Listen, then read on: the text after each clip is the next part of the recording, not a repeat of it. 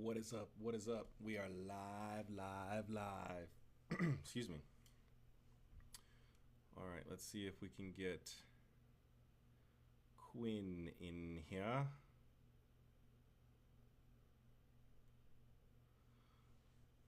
Let us see. Let us see. Good evening. Good evening. Can you hear me? Yes. What's up, brother? How are you? Good. How are you? I'm doing pretty good. I cannot complain. Glad to be back. Glad to be back, at least for the time being.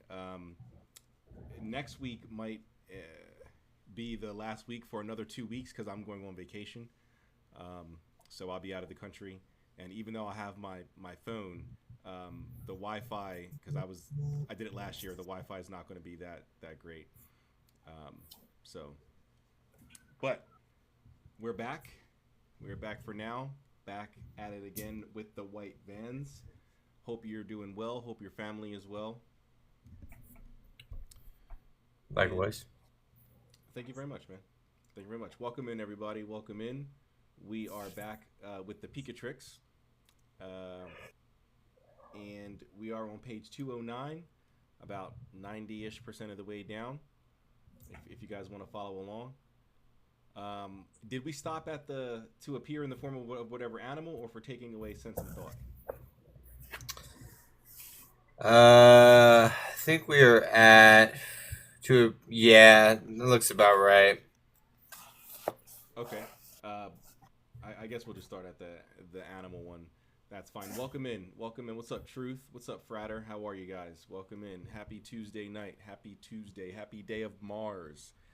We're all Martians this evening. Welcome in. Julie, how you doing? All right. Do you want to kick her off this evening, or should I? I'll go for it. All right. All right. To continue on book 3, chapter 2. What is the name of this chapter, anyways? The effects of magical images in diverse things, as well as in alterations of sight, so that things are seen other than, than as they are, and causing sleep and waking, and making poisons and their remedies. That is the whole chapter name. Oh, the medieval books love long titles. They're always fascinating. What's up, Issa? Welcome in. Glad you're here. Mr. Owl, hello. Okay. Mr. Owl. To appear in the form of whatever animal you wish. Take the head of the animal and its grease and Cialta nuts, using as many of these latter as you wish. Cover them with oil in a jug and put on a gentle fire for a day and night until all the oil flows from them. When it has cooled, strain it well. If you light a lamp with this and anoint someone's face with it, he will appear in the form of that animal, standing upright. This may be done with the heads of diverse animals, and in the same way he will appear as diverse animals. Well, Interesting. um, I would rather just do the berserk that the Norse shamans were doing. That sounds a lot better than this. yeah, it's wild. Is this like astral shapeshifting? Yeah, I don't know. This isn't the Picatrix, and to be honest with you, a lot of this seems like just fabrications to me. Even as someone who's not exactly a total skeptic. To appear in the form of... No, I already just read that. For taking away sense and thought. Take the head of a man, the whole head of a man, and freshly cut off. No time to waste with this one. Come on. Take the head of a man, freshly cut off. If I haven't been banned yet, I sure will be banned now. And put it in a large pot. And put his spleen, heart, and liver with it. Then in the same pot, put the heads of the following animals. That is, of a cat, a fox, an ape, a chicken, a hoopoe, a crow, a kite, a bat, a goose, a swallow, a tortoise, and an owl. Cover them all with oil and seal the mouth of the jar well with luting. Put it on a gentle fire and let it remain there for 3 days and as many nights. Then take it off the fire and let it cool. Strain the foregoing with your face covered, and set aside the oil. Then take the bones of the aforementioned heads and burn them in a different oil until they are reduced to powder. Mix the powder with black henbane seeds and sayalta nuts, and keep this with you for use. When you wish to work with the foregoing, give some of the power to whomever you wish in food or drink, and light 3 lamps with the oil, and you will see it affect him. To make your body appear wondrous, take some of the aforesaid oil and anoint your face with it. You will begin to illuminate the house by its light, and will appear to stand out as though you were something monstrous. So strange and bizarre. For taking away sense and thought. You gotta unalive a whole man, but the head has to be fresh. So make sure you had the ape head, the chicken head, and the head of a hoopoe and all that stuff. It's a human stew. Well, I guess an animal stew. It's an animal. Yeah. Stew. You just gotta mix it all up. Bate. Mm-hmm. Yeah. I remember the other day someone was talking to me about how true the magic is in the Picatrix, and this type of stuff makes me think like, did you read the rest of the book? Yeah. Okay.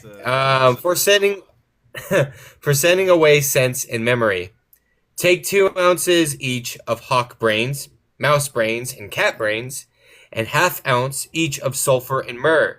Mix it all and leave it to putrefy. When you wish to use it, take ½ ounce of it and an equal amount of crane feces. Mix them together and cast them onto the fire so that smoke rises from it. Whoever breathes that smoke through its nostrils will be possessed by a demon and will lose his senses and memory and will not be able to tell in what place he is. It's probably yes, he will be foul smell. He's probably like, bro, what the? Oh, he's probably like, yes, he will be so possessed he will want to unalive you at that very moment. Many other marvels that are made from the human body. In a certain book published by Geber the Sage, I found many marvels that are made from the human body. Okay. He says this: I, Geber, have seen that the elements accomplish your labors when they are combined. Alone, they accomplish nothing because their existence remains in themselves.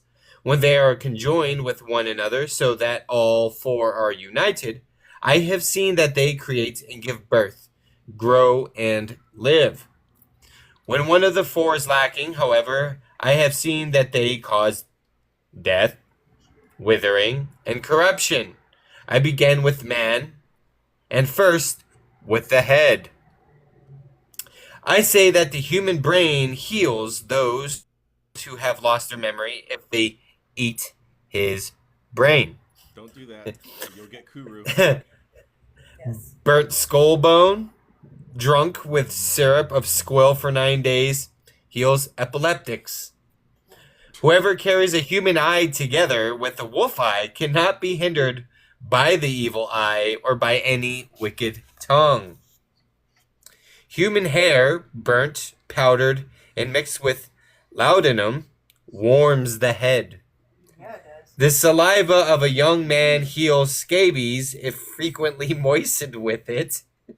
If the saliva of a young man or woman is put on the head or mouth of a snake, the snake will swiftly die. Bro, what What did he say? The tongue of a woman helps those who wish to tell lies and compose incantations. If you wish to steal or carry off something, carry with you the tongues of a man and a kite. Water of blood imbibed in sublimated azarnek makes the azurneck enter into copper that is melted in the fire. Earwax makes the sun and moon swiftly melt or solidify, and with it one may make them solid as quickly as with borax. I'm thinking sun and moon here is referring to gold and silver. Earwax makes the sun and moon swiftly melt or solidify. Yeah. Soup made from a human head, drunk with brains, heals those who have lost their minds. If you haven't lost your mind already, drinking a soup made from a human head and brains. Shave your fingernails and toenails with a knife of red copper when the moon is in conjunction with Jupiter, and burn them when she is in conjunction with the sun. Take powder made from the ashes and give it in a drink to whomever you wish, or sprinkle it on his clothing. He will delight in you. So that new leprosy or scabies, which is a kind of leprosy, will not increase, give the patient in food a powder made from the burnt end of a human phallus, and it will spread no further. In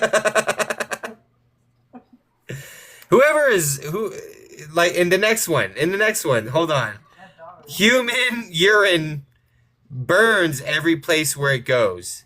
If someone has scabies, wash him with it, and he will quickly be healed. Human feces dried in the sun, powdered and put into gold, in which there is iron, corrodes the iron and destroys it, and cleanses the gold.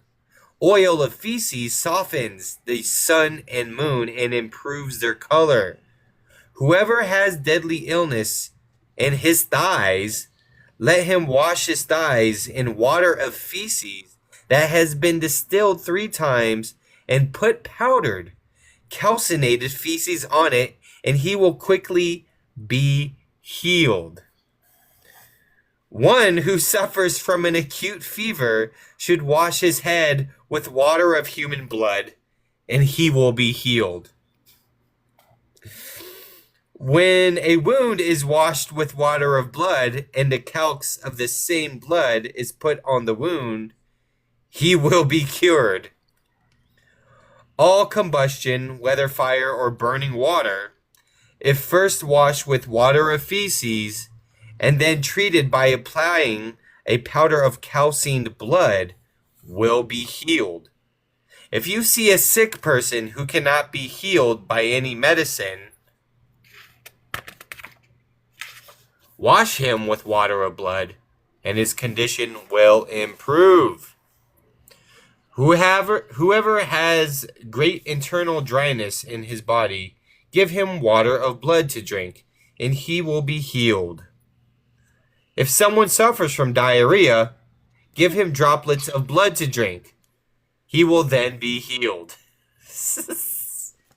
If someone has a quartan fever, take a human arm bone and the topmost wing bone of a goose, and have him carry them with him.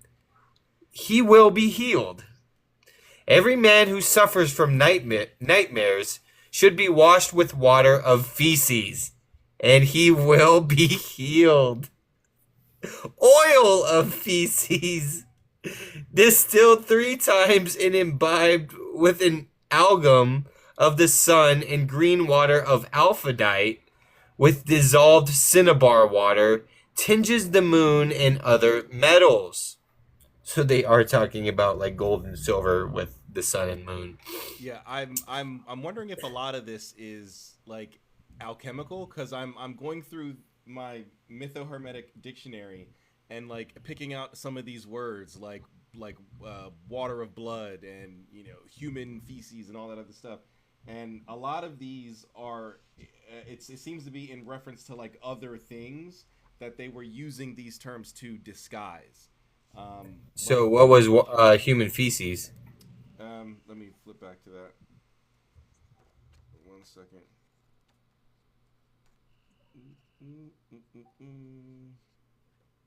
Mm-mm-mm-mm-mm.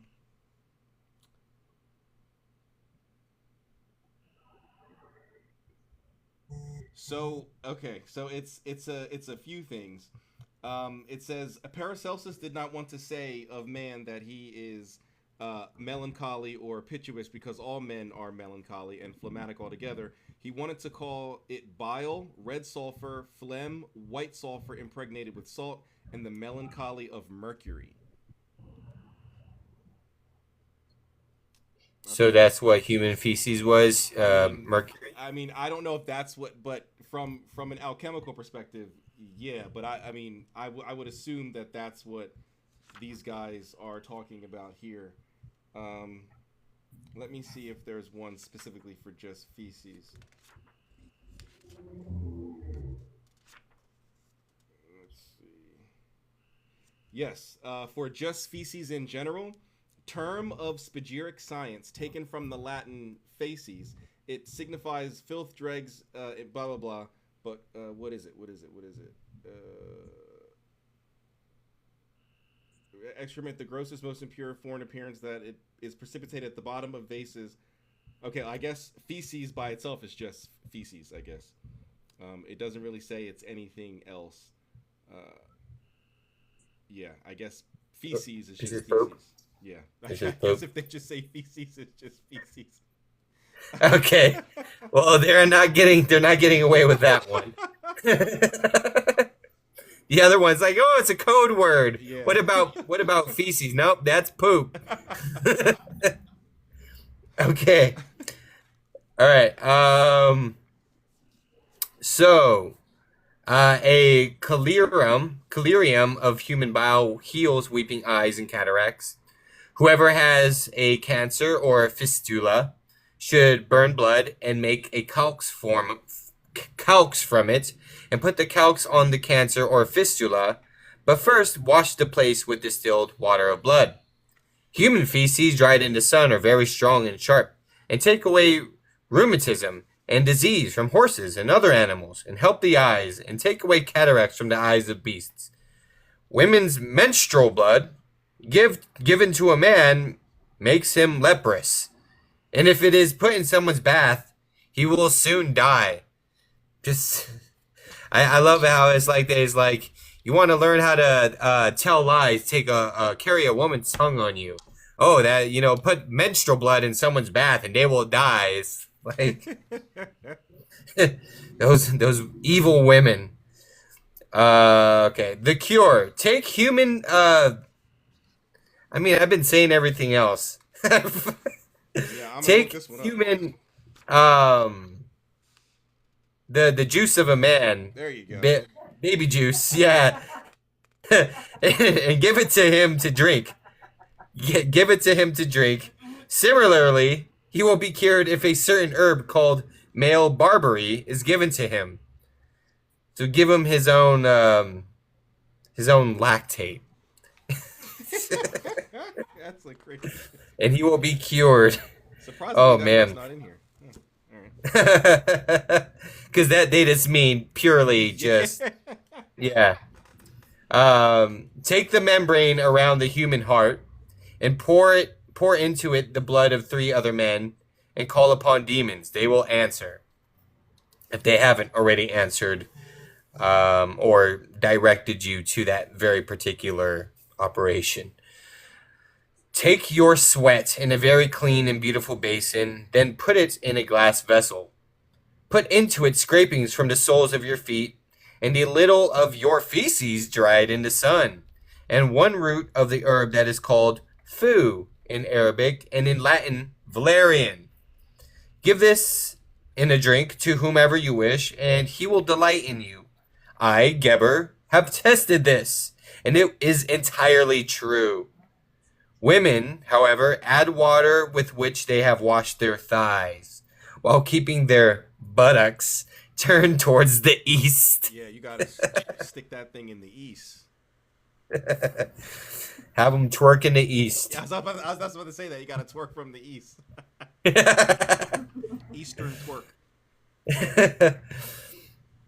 Ye shall twerk in the east. All right. All flesh and bone of men, when burnt, moves and provokes benevolence. 3 measures of human death. That is, you should measure a corpse 3 times, and with the same measure you should measure a living man's arm from the elbow to the longest finger, and again from the shoulder to the same finger, and then from the head to the feet, and he will waste away and unalive. I've actually heard that one before. Nice. Blood taken from the fingers of the left hand when the moon is in conjunction with the sun, and from the other when the moon is in conjunction with Venus, and given to someone when the moon is in opposition to the sun. This provokes delight. This is an experiment of the Egyptians, and I have seen it tested many times and discovered its virtue. You want to go ahead and continue from there? Let's do it. Let's continue from there. Water of feces and snails dissolves tartar. Quench sheets of copper in it, and they will become white. Put feather alum and dissolved azek in it, and it will be better. Take the skin of a woman's... Well, I don't know if I could say that, but take the skin of a woman's private V part. thing. Yeah, That's bad. Yeah. All the way around so that it retains its opening. All the way around so that it retains its opening. And if you look at someone through it, it is the sign of death. That's wild. That is insanely wild. This is a thing of great sacredness, according to whom? In the same way it causes illness.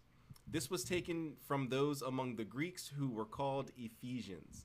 I feel like there should be a footnote there so we could dive into that a little more. I don't know about that. Skin a human male private part, and tan and soften the skin with salt and wheat flour, the way belt leather is treated. You should know that you will be able to bind and loosen with it. Interesting. Human basketballs, dried and powdered and eaten with frankincense. Whoa. Mastic, cinnamon, and cloves make men young again and gives them very good color. Well, there's your fountain of youth right there. There's your fountain of youth. All you need to do is just get some male basketballs and dry them, powder them, and eat them with frankincense, mastic, cinnamon, and cloves, and you'll be youthful. Only men, though. Only men. Women, sorry, you got to grow old. But men, we can remain young forever. A human eye tied up in a snakeskin causes anyone who sees you to delight in you and not hinder you, but to be good to you.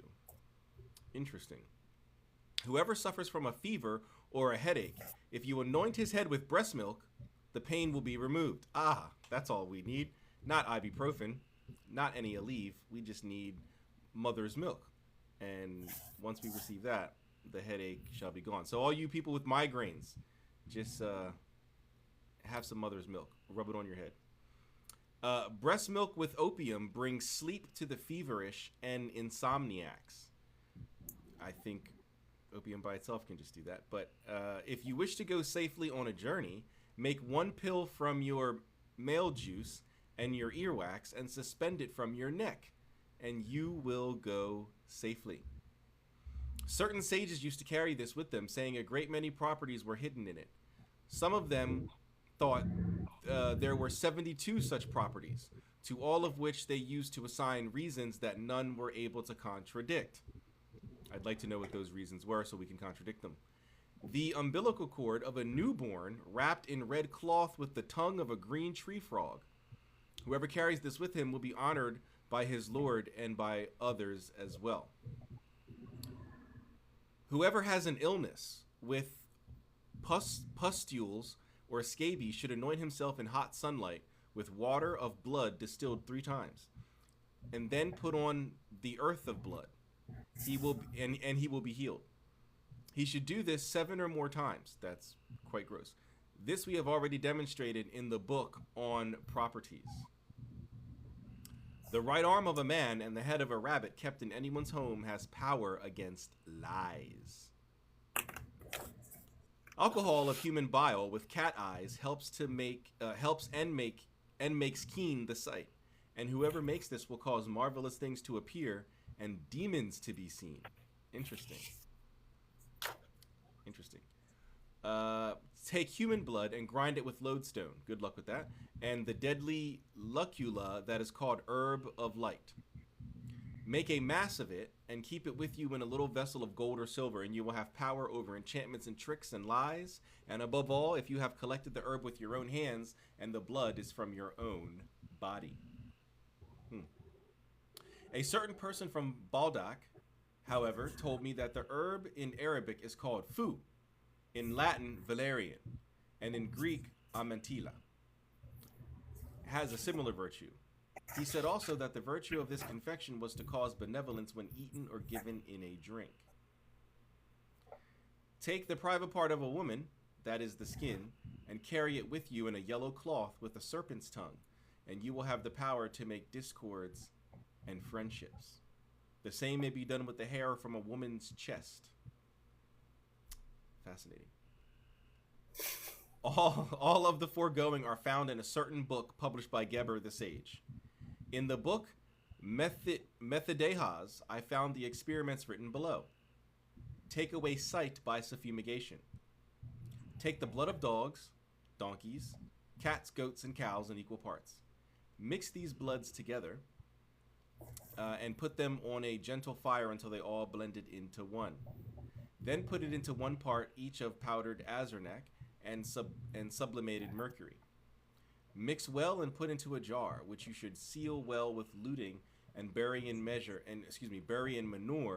until it putrefies. Then take it out, and beware of its odor. If you put half an ounce of this confection in fire, anyone who breathes it will have the sight of their eyes closed off by a mist, and they will be unable to see light anymore. To cure, take fennel juice and green coriander juice, mix them and put them in the eyes, and by this the blindness will be healed. All right. For taking away speech, take 2 ounces each of cat bile and bear bile. Not sure how you're going to get that. 4 ounces of bat's blood and half an ounce of lettuce seed, black poppy seed, and mandrake root. Liquefy the blood and mix in the other ingredients. Blend well and allow the mixture to dry. Then powder it and mix it with old wine aged many years, and make lozenges of half an ounce each. If you give one of these to anyone in drink or food, he will lose the power of speech completely, probably because he's gagging. Nor will he be able to communicate in any way, because he's probably throwing up. To cure him, let the mouth of the patient be filled with oil or butter, and have him hold his mouth closed. Interesting. What about margarine? Does that work? For taking away hearing, take mandrake, cow bile, and goat bile in equal parts. Mix them together and powder them. When they are powdered, let them putrefy. Give half an ounce of this in food to whomever you wish, and he will completely lose his hearing. To cure, put juice of rue into the ears of the patient, and he will be healed. For generating discord and enmity, take the head of a raccoonus and an asp, and the hair of a dog and of a black cat. In equal parts. Mix them together and burn them in a jar until they can be powdered. If you throw some of this in a place among people, hatred and quarreling will increase among them until they unalive each other. To cure, take 4 ounces of mallow seeds and 2 ounces each of the blood and bile of a white dove. Let these be powdered and mixed with the blood over the fire, and make lozenges weighing half an ounce each. When you wish to take away this discord, pulverize 1 lozenge and cast the powder in the place, that is, where the other powder was thrown. At once the aforesaid spirit of discord and hatred will be taken away from there. Confection for sleeping. Take half an ounce each of opium and black henbane seeds, and 1/6 ounce each nutmeg, lady's bed straw, and fresh aloes wood. Powder them and mix them with the juice of green coriander and let it putrefy in a jar so that their complexions and spirits may mix with one another. Then take it out and give half an ounce in a drink to anyone you wish, and he will sleep for a great space of time during which he cannot be awakened. Probably because he's dead. For the same, take 4 ounces each of Sayalti nuts, red azernak, mandrake seeds or its bark, and black poppy. 6 ounces of autumn crocus and 2 ounces of henbane seeds. Mix them all together and allow to putrefy for 3 days. When this is finished, remove them. Give half an ounce to drink, mixed with wine, to whomever you wish. Another for the same. Take equal parts of opium, mandrake. Wait, didn't I just read that? No, I didn't read that one. Mandrake bark, lettuce seed, branches of silent nut, arcole juice, black hellebore, and black poppy seed. Powder them all, mix them together, and blend with a quantity of old wine aged for many years, equal in weight to all the foregoing, and leave it to putrefy for 7 days. Then take it out and give half an ounce in food to whomever you wish. For the same, take henbane juice, mandrake juice, green coriander juice, lettuce juice, juice of Sayalti nuts, and spring crocus in equal parts, and opium, a 10th part of all the foregoing. Mix them together, then take a syrup made from mashed figs pressed 4 times in an oil press. Blend an egg into it, and take of this syrup an amount equal to all the other ingredients. Mix them together and let it putrefy until all the complexions and spirits are united. Never give a dose of this confection larger than a quarter of an ounce, and this is because of the very great strength that its spirit has in the foregoing. A deadly poison. Take equal parts dried scorpions, Sayalti nuts, black poppy, and colocynth. Mix them together and pulverize them and let them putrefy. Be careful of this because half an ounce of it will unalive a man. So who is practicing the Picatrix? In a modern sense, I am not sure if anyone is really doing this. I know a lot of people use it for its astrological and talismanic associations, but this stuff, I don't know. I mean, I'm sure there. So we know that there are people out there who do reprehensible things with magic, right? We see it in like Central and South America. We see it in Africa. We see it in the indigenous areas of Australia and New Zealand, stuff like that. But outside of that sort of a thing, I'm not sure who is, in a modern sense, practicing this kind of thing. I certainly hope no one. Or, you know, if there has to be someone, very, very, very, very, very, very few.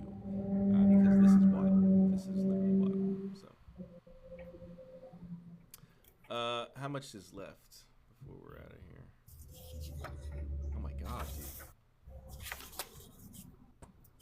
It's quite a long chapter. It goes until like the end of the there's like one chapter after this, where it's like a page and a half into book 4. All right. For the same, take soapwort, areola, and fresh eyebright in equal parts. Mix them together and let it putrefy with a quantity of viper's gall equal in weight to all the preceding ingredients. That is, let it putrefy in a jar appropriate for it and leave it until it has putrefied. Then remove it. Beware of this because of its excessive heat and superfluous sharpness damages and destroys the blood of the heat and swiftly unalives men. I hope I don't get banned. I've said a lot worse this evening, but hopefully I don't get banned. I just came back from a ban, so please don't ban me. For the same, take as many frogs as you can catch and put them on spits arranged as you wish. That is, as many as you wish on each spit, thrusting them through the mouth of the opening of... What? Thrusting them through the mouth to the opening of the butt. I'll just say that. And put the spirits... put the spits upright so that the frogs are placed with their mouths towards the ground. Then have a leaden vessel in which you can collect oil, the oil that issues from their mouths. You should know that the latter oil is much more effective in this working than the first. Save it for use. Oil of this kind, because of its damage to the members of the body, very powerfully unalives and harms. The first who discovers this deadly poison was Rufus, not Rufus Opus, but Rufus, who tested and found it and found great wonders in it. a wonderful composite stone against poison. The kings of India were accustomed to have this stone made as described below, because the wonders it wrought in defending them against all danger from poison exceeded all the other noble things that were around them. The composition of this stone is as follows. Take the eyes of 10 deer and the eyes of 10 vipers, or other venomous snakes, if you cannot get viper's eyes, as many as will weigh as much as 10 of them, and then take as much of the head of a toad as equals the weight of one of them. Let all these be dried and well cleaned and powdered very finely until it will pass through a cotton sieve. Then let it be put in a glazed pot with a very narrow mouth. Then take sharp wine flavored with cedar and turnip juice, 8 ounces each, and 1 ounce each of clean white spider webs, and mastic. The spider web should be chopped up as finely as possible and put with the mastic into the 2 juices. I don't know how that's possible, but whatever. Let them remain there for 2 days and as many nights. Then take it up and strain well and combine with the powder in the jug already mentioned. When this is done, seal up the mouth of the jar tightly and buddy it in burnt salt, leaving it there until all is dissolved and reduced to the appearance of oil. Then mix it with water and put it back in the same burnt straw until all the water is consumed and turned back so that it can be coagulated. All right, I'll just read this last one, then you can pick up with the kings of India. When this is done, take it out and put it in an empty eggshell so that it becomes round. Put another eggshell over it and seal it well, and put it back again in the same burnt straw and leave it there until it is partly coagulated. Then take it out, piercing a pinhole in it, and wrap it in a silk cloth to put it in bread dough and make it in a pan. When it is done, take it out and put it in the stomach of some kind of fowl, and when it is so placed, roast the fowl. Sheesh. Then take it out of the stomach of the aforementioned bird. If you find that it is well solidified in the form of a stone, that is good. Otherwise, put it in the stomach of another bird, roast as before, and proceed in the same way until it becomes a stone, and put a thread through the pinhole, and by this thread tie it over the loins. All right, Okay. go ahead and pick up if you'd like. The kings of India used to make such a stone in this way and continually wore it over their loins. The effect of this stone is that if anything poisonous was put before the wearer, in food or drink or anything else, the stone would be moved with a great motion and would sweat with a great sweat. This is very well known among the Hindus, and it one of the great marvels that are among them. The one who first compounded this stone by his own labor was King Behentater, who was one of the kings of India and a great sage. It was he who built the city of Manif, in which he built mighty buildings, and in those buildings constructed images that spoke. It was who discovered how to use numbers to make computations for love, which is one of the great wonders that Hindus have.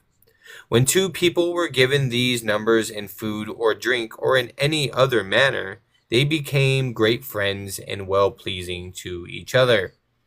If the aforesaid numbers were carved in wood, and bread or anything else edible was sealed with them, and you gave it to someone to eat, he will delight in you with a great love.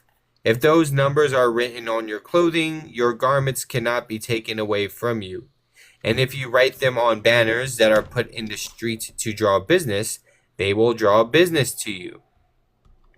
The lesser of these numbers is 220, and the greater is 284. The way to use these numbers is as follows. Write the smaller and the larger numbers in the figures of the Al-Khwarizmi, and give the lesser in food to whomever you wish. You should eat the larger. The one who receives the smaller will be obedient to you, as the lesser is obedient to the greater, and you will be delighted by him because of the marvelous property and power of the aforesaid computations. These computations may be done similarly with raisins and pomegranate seeds, and eating whatever other fruit you wish. This is done by the number and not by the figure. I have experienced the aforesaid computations many times, and have found truth in them as narrated above. The king made 12 festivals for the people of Egypt.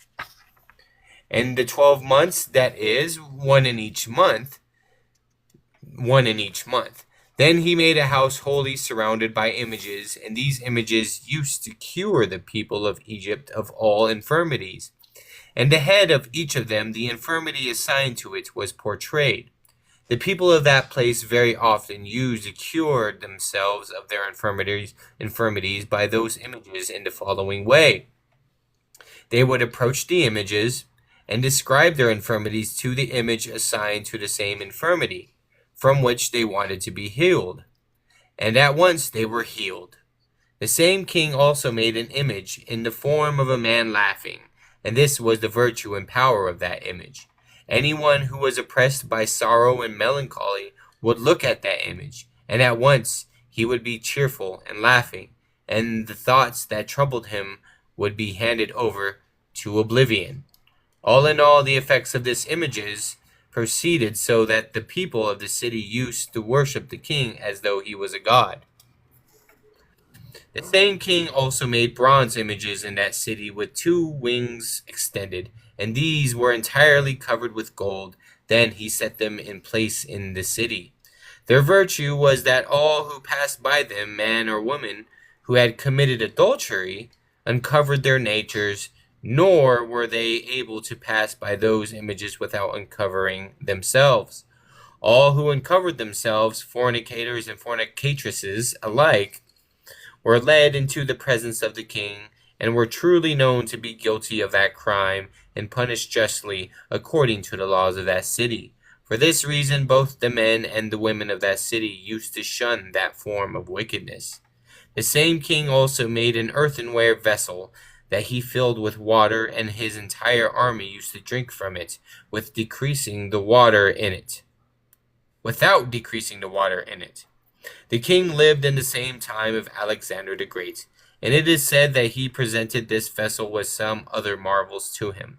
The vessel was constructed by the artificial magistries of science and properties of nature, and the knowledge of the strengths of the spirits of the planets and the fixed stars. In this same way was made the pillar of the Akaim king of India, made in the gate of the city of Nub, which was made of black marble and was completely full of water. No matter how much was taken out of it, the water never decreased, and this was because it attracted the moisture of the air by virtue of the magistry by which it was made. The king constructed this work for the benefit of the people, on account of the distance of that city from the banks of the Nile and its closeness to the salt sea. Because of this latter, it happened that by the sun's rays from the water of the sea, drew up gross and humid vapors, from which most subtle were purified of their salt in the air, and by the most subtle magistries of geometry and the science of magic, used to descend into that pillar as though they condensed out of the air. It was for this reason that water was never lacking in the pillar, because of the aforementioned attraction, which happened in the same way that the bloodstone attracts whatever is put around it. For some reason, that doesn't sound too far-fetched. Yeah. Creating something that, accumulates the condensation around it and it would accumulate water. I mean, that doesn't seem like... That's what is that called? I forget the name. Yeah, I'm pretty sure I saw it in Man vs. Wild, done by Bear Grylls. Bear Grylls is crazy. Yeah. Beyond these, the Hindus have other great marvels, some of which I propose to relate presently. For prohibiting every motion of the body, take a human hot dog and chop it into pieces. There you go. Chop, chop, chop. And stir it into powdered opium, sialte nuts, and a little arsenic. Then put it into a lead vessel to putrefy, and beware of it. When you extract it from putrefaction, you will find it liquefied and as though reduced to oil. Oh. If you give a little of this oil in food or drink to anyone you wish, all his senses, motion, and spirit will be closed and stupefied, nor will he be able to move any part of his body. I believe that. The Hindus used to perform many wonders with this oil, mixing it with other things, giving it in food, and revealing that which they desired and that which was outside their customs. They would give it in food to whomever they wished, and by this they would demonstrate what they wanted never to be revealed, and would even transform men into whatever figure or form they wished. Want to go ahead and finish out the chapter? Yeah, sure. Let me see. Are we almost done here? Oh, wow. Okay, we're basically done the chapter. All right. That you may appear in the form of any animal you wish. Take the male juice of a man who is complete in all his members, and put it in an egg that is in the shell, mixed together with the love juice of any animal you wish. Seal the egg well and leave it to putrefy in hot manure for 3 days. When this is complete, take it out of the manure, and the egg in the egg you will find the similitude of an animal.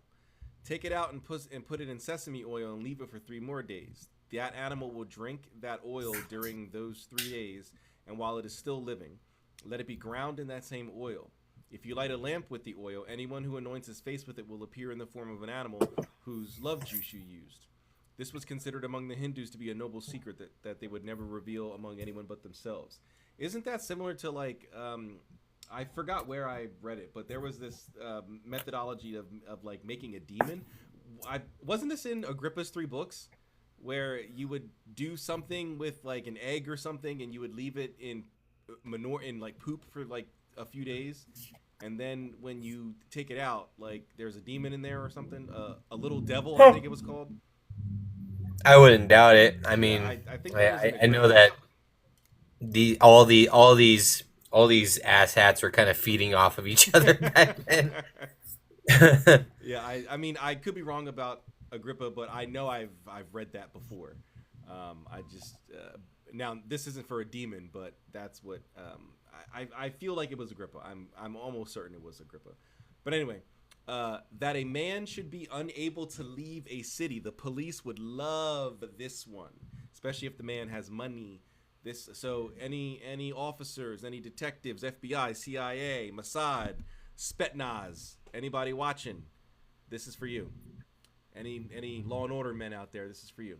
Take a man's love juice and a little of his blood and cook it with twice the amount of honey until all the love juice has dissolved into the honey. Then cook the honey until it is well browned. Give this food to whomever you wish, that is, to someone who intends to set out on a long journey.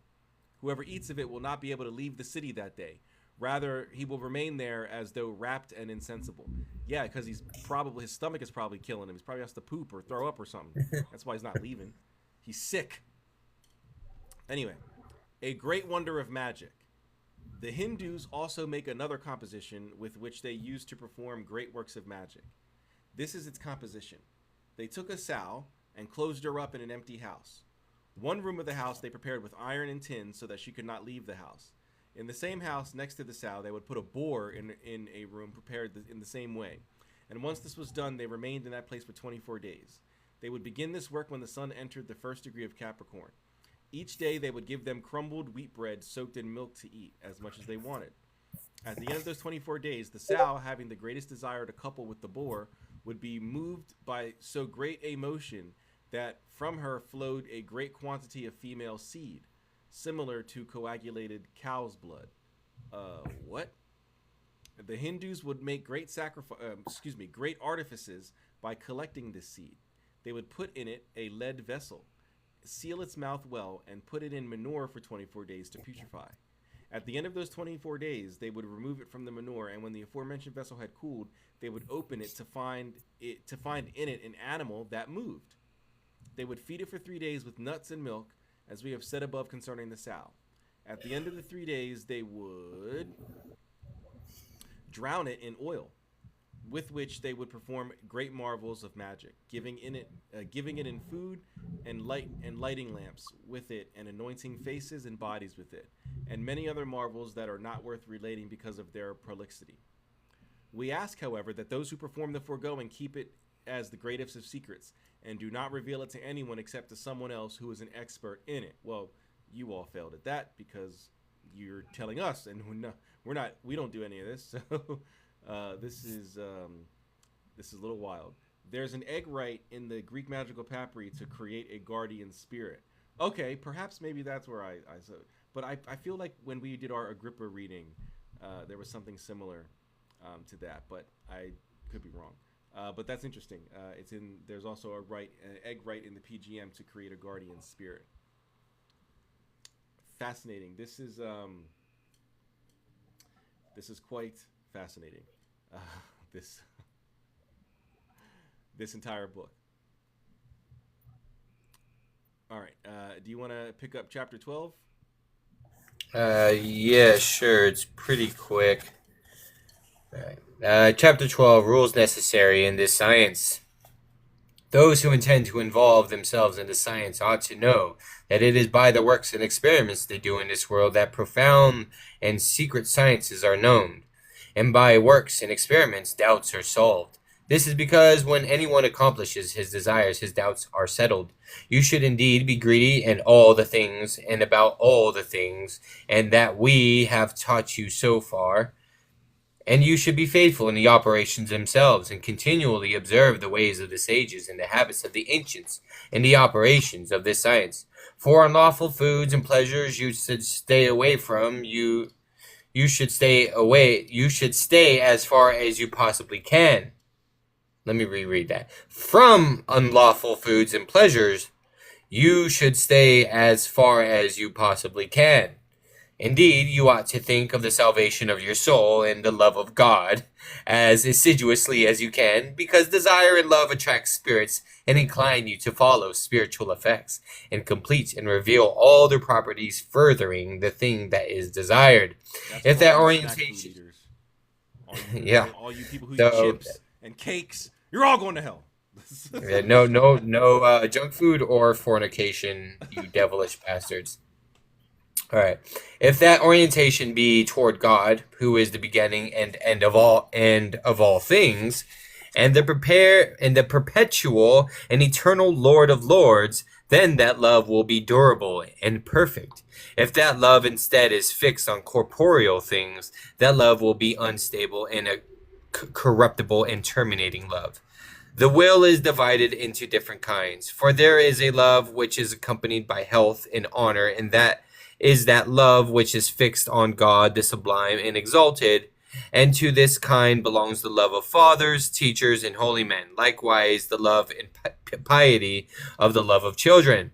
There is a love which is advantageous and helpful, and this is the love of people who delight in helping one another freely. The will, when it is most acute, is called love. And as we have said above, when we put another ahead of God, that ought rightly to be corruptible love.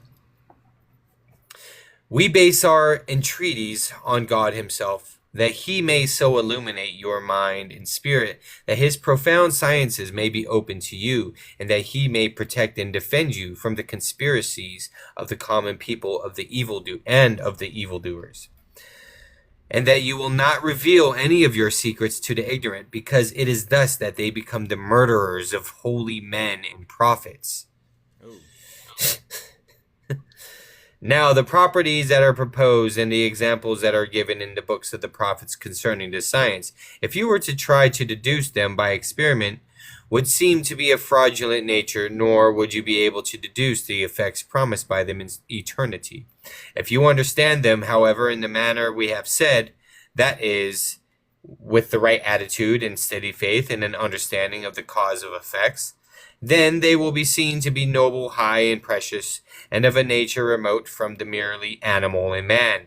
If we ought properly to obey our parents, who gave life and being to us, we ought even more to obey the prophets and saints who gave us examples, that by their rule of life our souls might be saved and we be led to perpetual life. When virtue is found in our bodies on account of the perfection of the elemental bodies, then that virtue cares for and governs our bodies in their figures and effects, and it is not separated from them until its proper time. This is what the prophets call nature. They call it natural because virtue of this kind is the cause of the government of bodies for a determinate time in whatever accords to the natural division of each one. For this reason it is called nature by them, because nature is the primary innate principle of all animals and plants.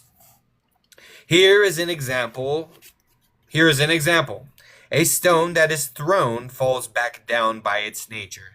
And this is not by the size of its body, because other bodies are not similar to it in size, but rather this effect happens in an opposite way, as in the case of fire, which ascends more quickly the larger its body is. This is understood to be the principle of this manner of motion, and it is called nature and gravity.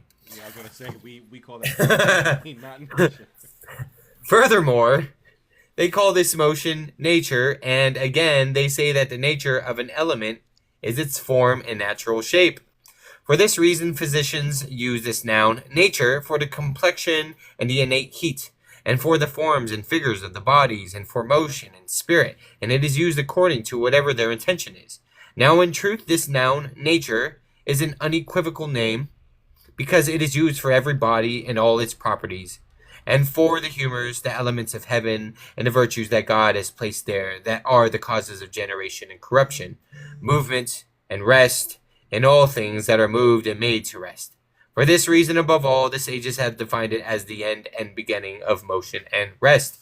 The philosophers have said that the corporeal form cannot exist in bodies except by the meditation of heaven between them and spirits. Plato defines it thus: nature is a body perfect for making beings.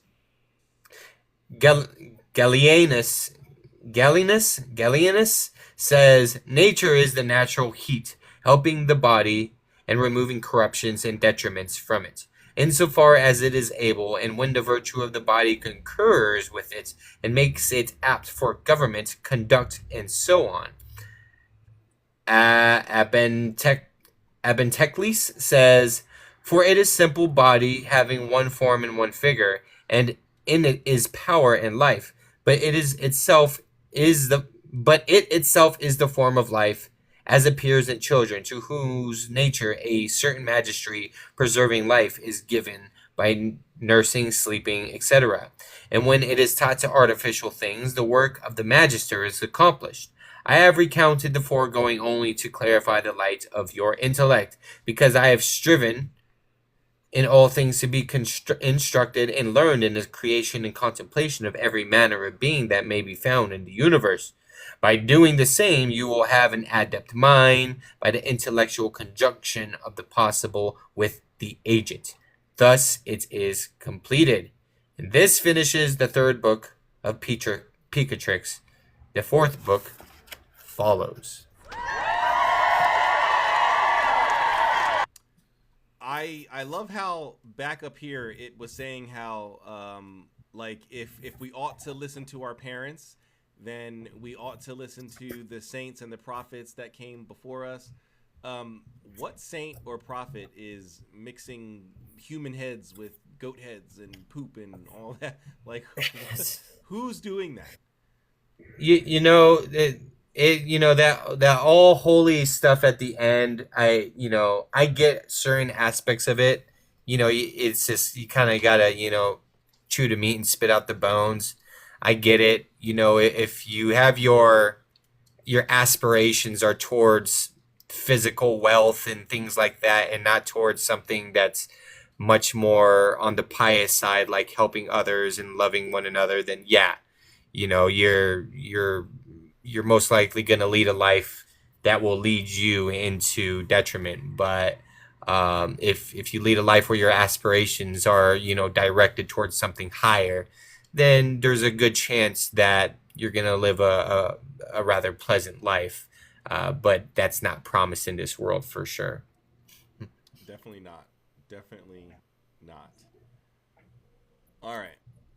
Book 4. We are on book 4. We are nearly done. How many? Let me see. How many pages? We're on page 224. What do we got? Let me scroll to the end here. Okay, this is the. Well, hold on. Is that part of the book? Oh yeah. So scroll up here. Okay, so we've got like 70 something pages left. It seems. Because we're in the 20s, and it looks like it ends on page 293. 294 starts the glossary in mine. So we got like 70 something pages. I think maybe 70 even if we're on page 224.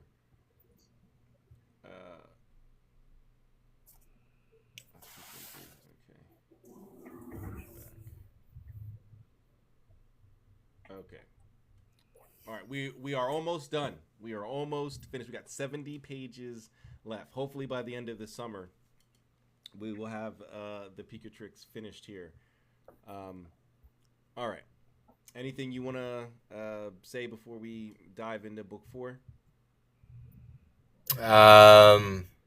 No, other than I think we all know by now, just to be entertained by this text rather than, bang our heads against the wall and figure out what does this mean? like ape brain. What are they really talking about? Yeah. I would just use its astrological and talismanic methodologies and leave the rest of it for no one really. Because I don't believe anyone's actually doing it. It's a fun read. It's surely a novelty. It's as much, there's as many novel ideas in here as we found in Agrippa as well. Yeah. It's all of this stuff, is full of crap. But yeah, of course there are some things in here that I've seen and that still remain in my mind when I practice. For one, at the very beginning when it talked about the heat generated from fumigations into things being consecrated. That is something that has stuck in my mind and that I often think about when consecrating things now. There you go. This is, a separate the wheat from the chaff sort of a situation here. All right. Let's go ahead and dive into book 4. Yes, poor Agrippa. Let's go ahead and dive here into book 4. Here begins the 4th book, in which is revealed the properties of spirits and those things that are necessary in this art and how they may be helped by images, suffumigations, and other things. I guess I could read this. I don't know how important this is.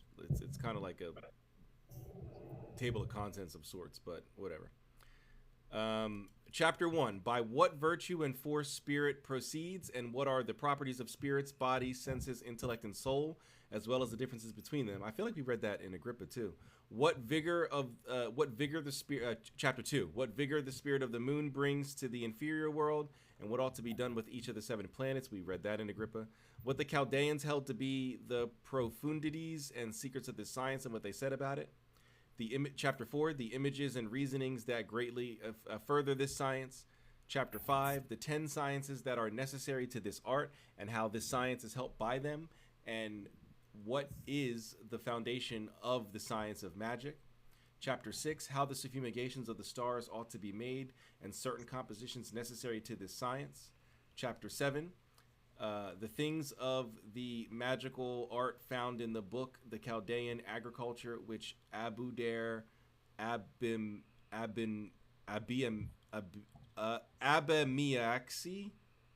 don't know how to say that, translated from the Chaldean language into Arabic. Chapter 8, the virtues of other things which nature does by her own properties. Chapter 9, images whose virtues perform marvels that were found in a book that were discovered in the church of Corridib and the book of the Queen Folopedra, and a description of all the rules necessary in working with magical images. All right. chapter 1. I'm not going to read the title. We already read the title. All right. The ancient sages agree in this, that God disposed 5 things and ordered them by degrees, putting the noblest in the highest degree, that is prime matter and prime form, which is the primal source of all. Second, perception or intellect. Third, spirit. Fourth, the nature of heavenly things. And fifth, the elements and things made of the elements. First, that's sort of hermetic. We would dive a little deeper, but it's kind of hermetic. First, however, he placed in his highest heaven a circle where no other god or no other lord, yep, that is true, the Empyrean realm, no other lord but himself could remain. And he ordained that all other light should emanate, yeah, this is very hermetic, from there, and thence by his power he distributed and spread knowledge and the nobility of other virtues that pertain to that virtue. Perception and intellect he put in the first circle below that one from which they descend similarly to the light, to the way light descends from that one, and thence by his power, knowledge, and the noble of virtues that pertain to it are emanated. We would call that the logos. Next below he placed the circle of spirit, which would be wisdom, or I guess from a Christian perspective, the Holy Spirit, from which spirit is emanated similar to the way light emanates from the first, knowledge and the nobility appropriate to it, that is that which proceeds from the circle of spirit as well as from the circles above it. This is sort of, does the son, this is the question of the filioque, the question of the son. Does the son proceed from the father? Then in order, and from our perspective, he does. Then in order below spirit, he placed nature. We would say below that he placed the planets, unless they're not counting the celestial realm, and then nature.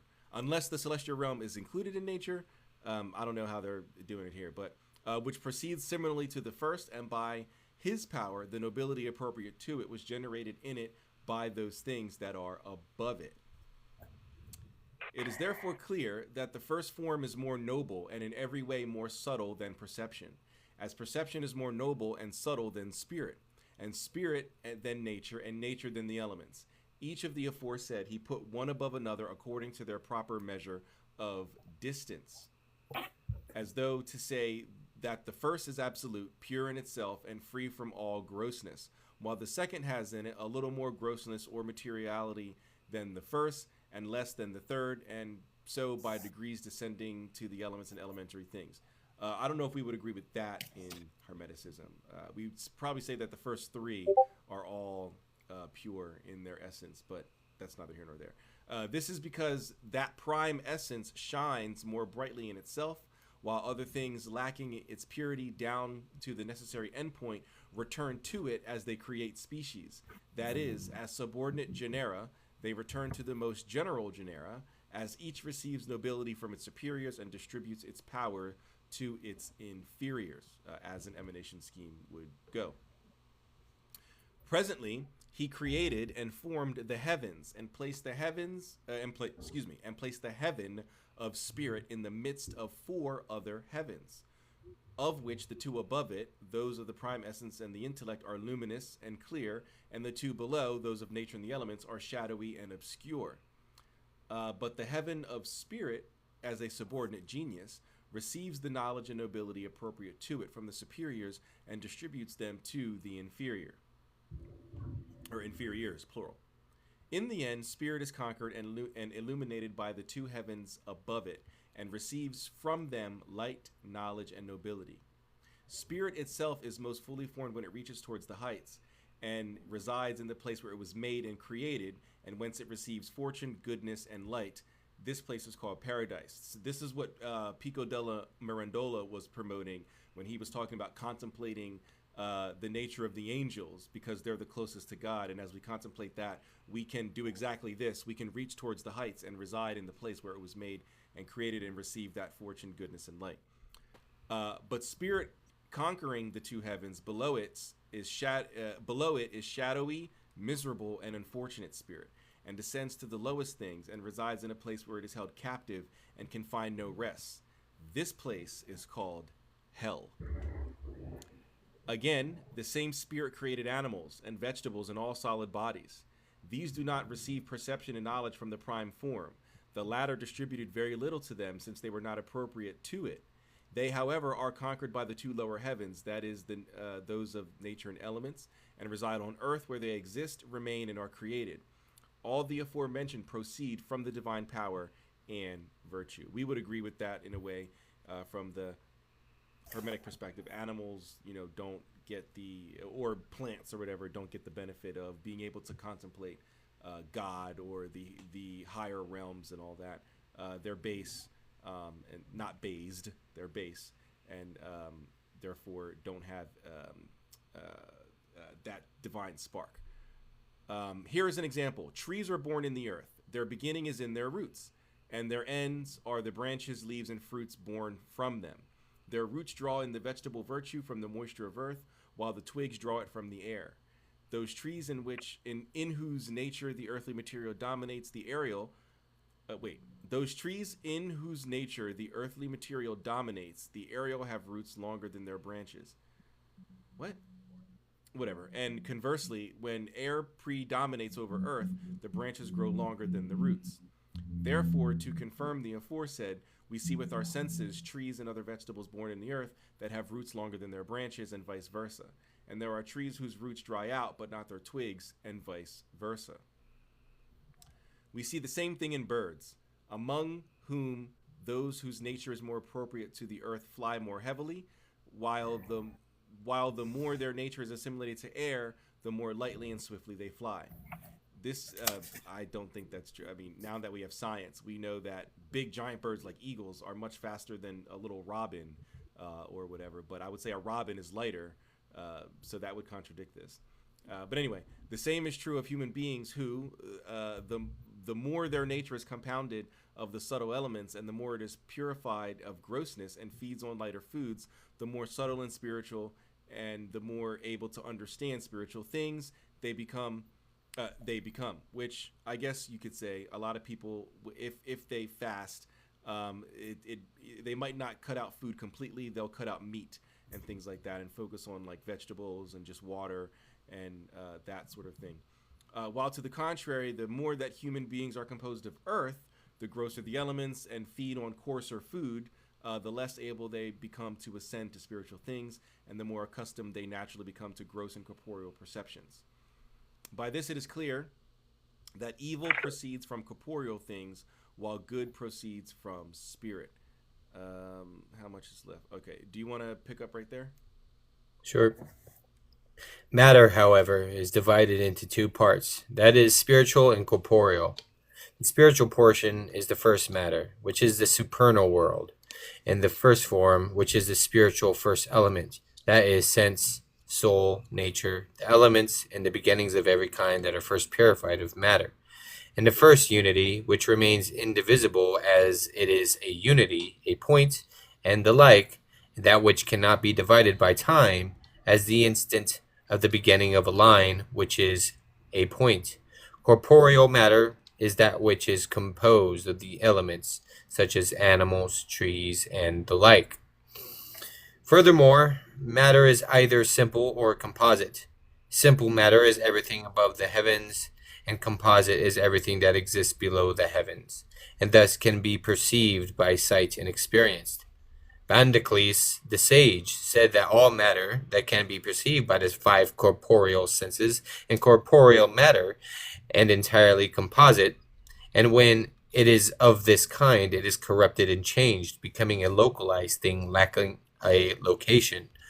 All matter that cannot be perceived by the five corporeal senses is called simple matter, pure, spiritual, luminous, stable, and exalted. All matter that can be perceived by one of the five senses is intermediate between simple and spiritual matter. On the one hand, and composite and corporeal matter on the other. Thus, what is corporeal is held by corporeal bodies, and with these they pass through changes of time and color, while what is spiritual remains with light and exalted spirit, and with these endures for infinite ages. You, however, who propose to study this book, should consider how you may lead your soul to the degree and understanding of the blessed spirits, which you may do if in all your doings you strive to follow the spiritual part, the cognition of which differs from that of beasts. The sages disagree, however, about the properties of sense and its divisions. For this name, sense or intellect, is used by them to denote four different things.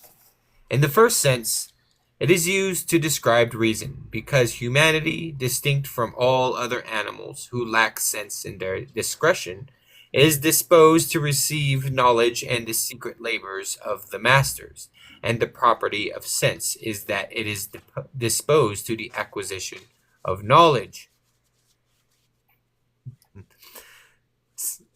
Manny Master Theurgy and Binder of... What's up, Cosmic? Nice seeing you, brother. Sense appears from this as divine light infused by God into the heart, which disposes it to see and understand things exactly as they are. This is the opinion of one party of the sages who discussed this subject. Thus, Sustalis said that the word human is equivocal, that is, it refers both to people in whom intellect is active and to people in whom intellect is lacking. The second opinion, sense, is that which is recognized by knowledge and apparent to the senses, as in children who are able to perceive very little of the secrets of nature, but who apprehend nature as through this was naturally granted to them. For example, in numbers, they recognize what 2 plus 1 is, and that two bodies cannot simultaneously occupy the same space, and that it is impossible for one body to be in two places at the same time. One party among the sages, speaking of this, assert that those who deny this opinion demonstrate its truth. The third opinion, sense according to another opinion of the ancient sages, consists of that which has been proven by long experience. Those who lack cognition or sense thus ought rightly to be called imbeciles, fools, blind, and stupid. The fourth opinion, sense according to others, consists of natural cognitions whereby are understood the profundities of eternal things from which the corruptible things of this world descend. When these natural cognitions are found in some person, we say that he has the sense to overcome and conquer his bestial nature, and is assimilated to the spiritual and eternal. This is the property by which human beings are distinguished from other animals.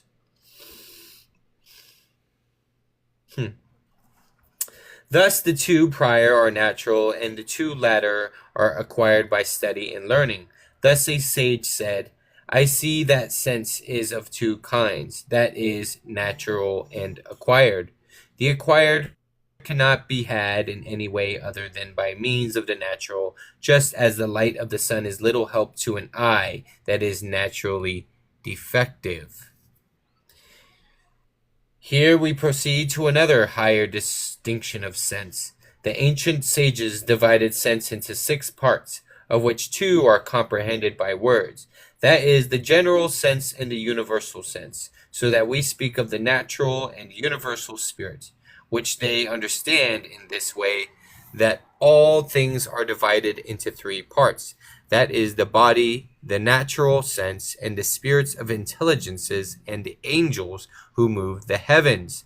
Of these, the first and lowest obtains its place from the 2 latter. The second we consider the most noble of all, and the third we know to be the medium between them.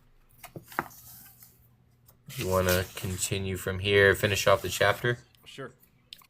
The reason why we say the second is nobler is that it is purified of all material dependence, while separated intelligences and the angels who move the spheres are intermediate between these, since they move the heavens by the motion of which the active senses work their effects. The general sense, however, is that which we have described above in the division of sense, that which is removed from form or matter, because when we speak of man in general, this is understood to mean the reason of rational men, or the reason of which all men are capable, by which they are distinguished from all other animals.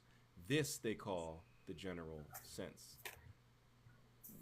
Yeah, so that's not really hermetic. We would say the separation is that divine spark that allows us to contemplate the higher things and gives us a connection to God. But because we know that there are animals that are intelligent and have sense and can do things, outside of just their base natures. We see, birds, certain birds can make tools and use those tools to help them, access the bugs and the creatures that are inside trees. We've seen, how intelligent dolphins are, pigs, certain types of apes and monkeys. I don't know if sense is the correct descriptor here, but this is 15th century, so what do they know?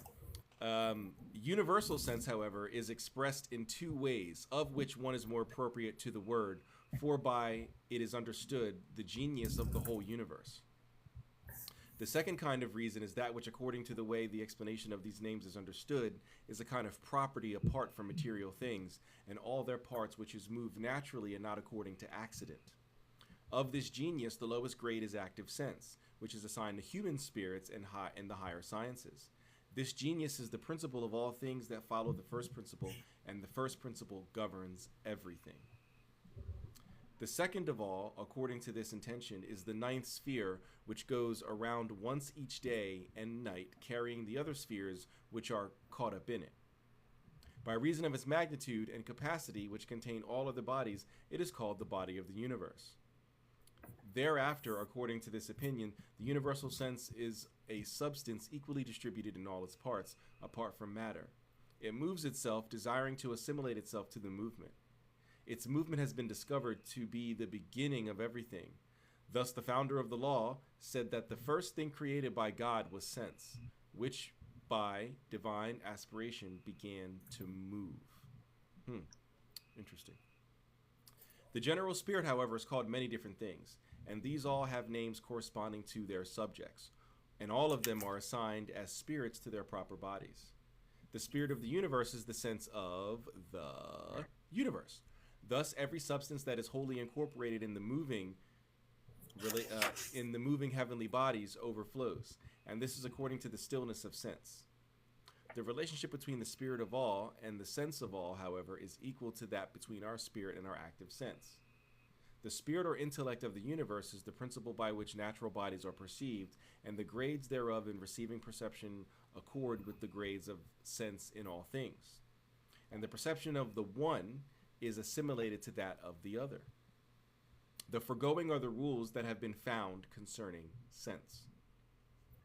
Aristotle said that the sense of the sensing spirit is received from that which is sensed. If anyone asks in what way the spirit understands, the answer is that the rational spirit discerns by the light of the senses. I would agree with that. When it desires to know anything, and when it receives this same light, it rejoices therein and achieves its intentions. Its light extends over all perceptible things until it is closed in sleep, wherein all sensing spirits are stupefied and relaxed, and to which all intellectual spirits are subject.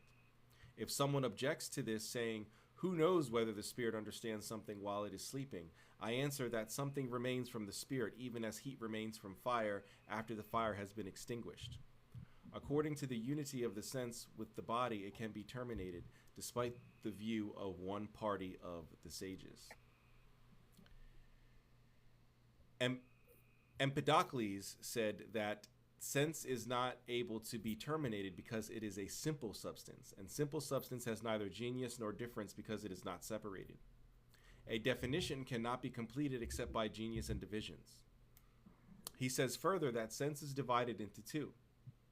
That is, a general sense that contains all things virtually and is not fatigued thereby, and is itself all things in itself in its own substance, and is coextensive with time, which does not precede it by a single instant. The other is a noble and selected sense, which is purified and consoled, which is only found in the human body, and then only when it has been purified to its proper purity and consoled for its sorrow. It is the light cast by the light of the general sense.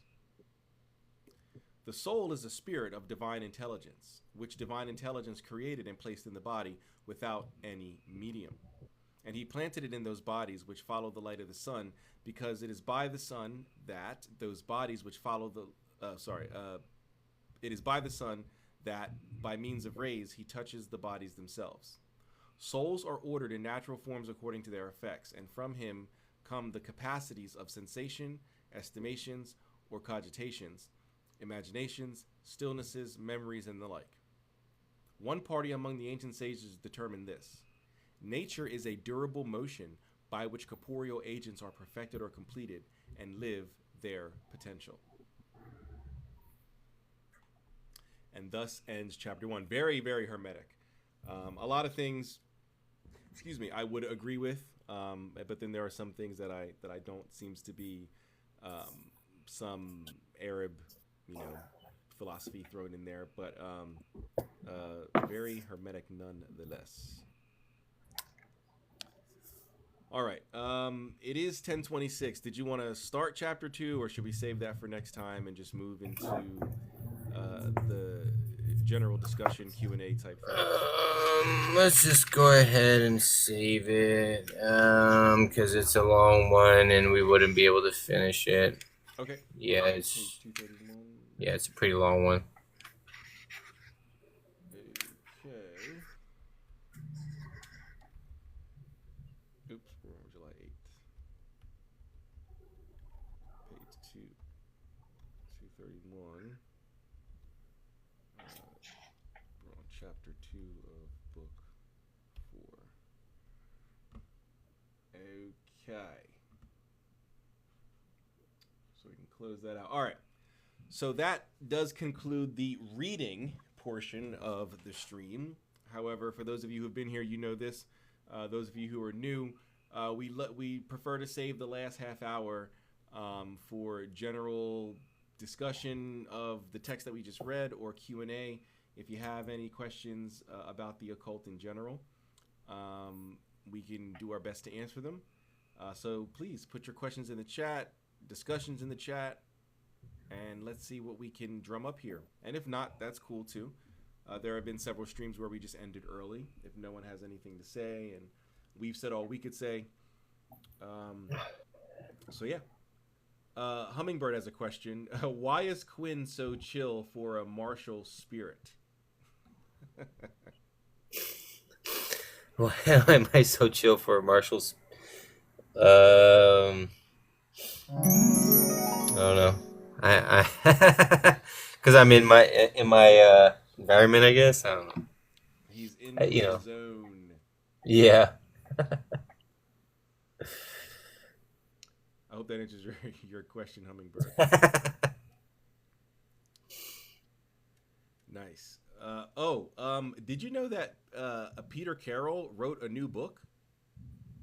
Yeah, I've been seeing people post about it. It's so funny because every time I see him post about it, I always think it's like an old book because I'm so used to his old Psychonaut material. But yeah, no, I found out not long ago it was new.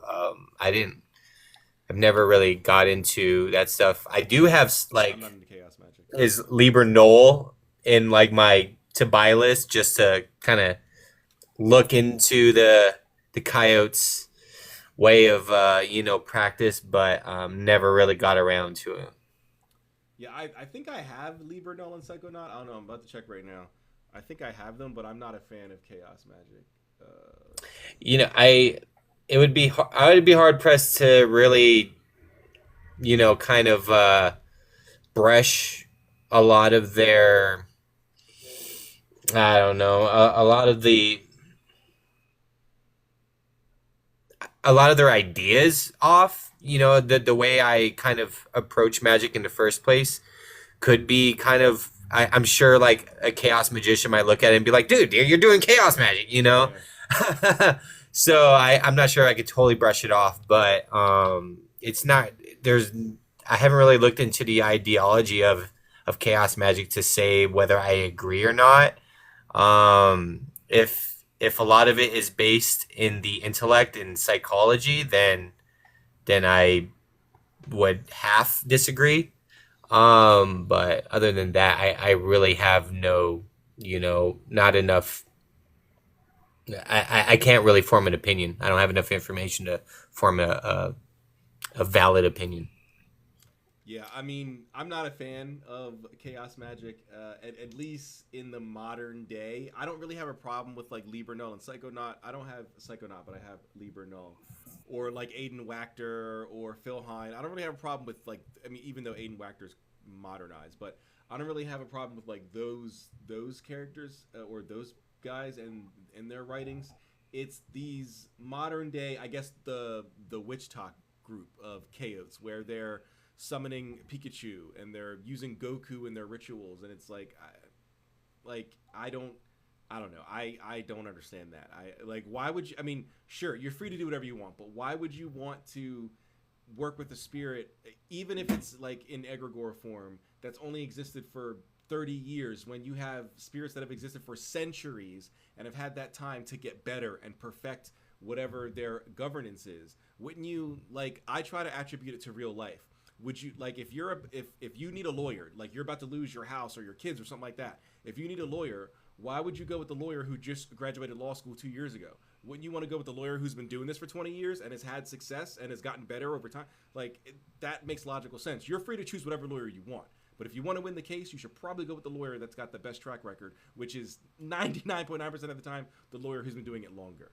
So, Yeah, I don't know how many like legitimate chaos magicians are actually doing the whole pop culture, yeah, thing. that's why I don't have a problem with like the older guys, but it's these new modern day witch talk group, with these witch talk chaos that are doing that sort of thing.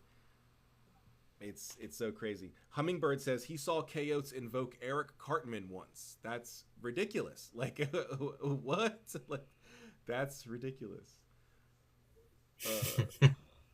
I once heard you talk about the shaking head syndrome, demonic download. Explain. I've never talked about shaking. I don't even know what that is. Shaking head syndrome and demonic download.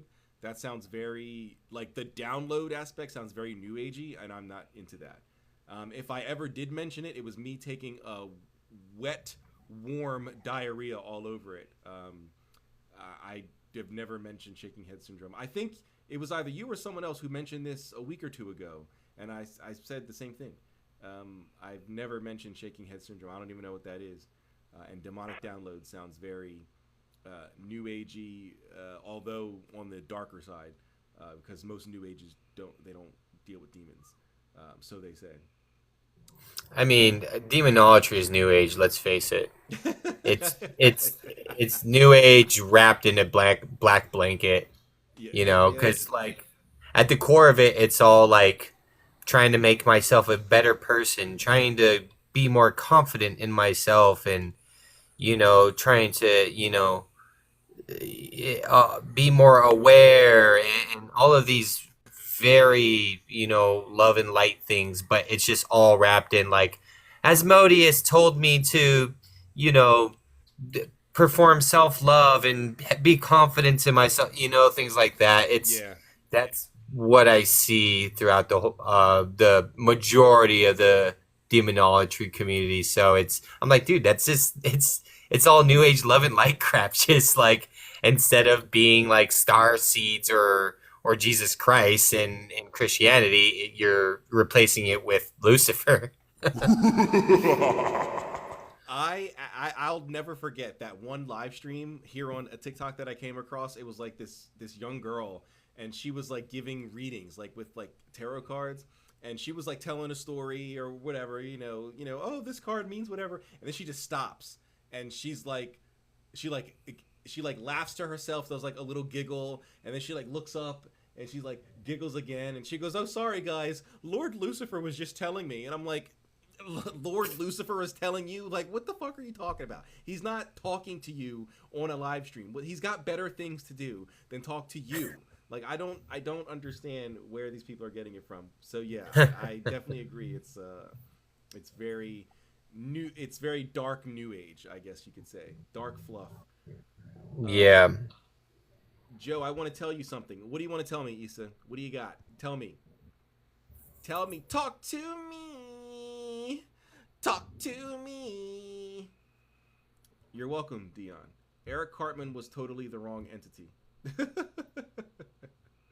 What do you think about EA co-editing? EA co-editing. I am not really a fan of let me rephrase. I'm not a fan of modern day co-editing, and by modern day I mean EA co-editing from 2012 onwards. I'm a fan of the EA co-editing that wrote Episimus, Questing After Visions, Works of Darkness, Baneful Magic, even that fucking Egregore Grimoire. What was it called? Kingdoms of Flame. That's the EA co-editing I'm cool with. Like, I like that, even though some of those books are very chaosophic. That's the EA co-editing I'm a fan of. When he started the Become a Living God movement in 2012, which I was present for because his forum and the forum I was running were rivals at the time.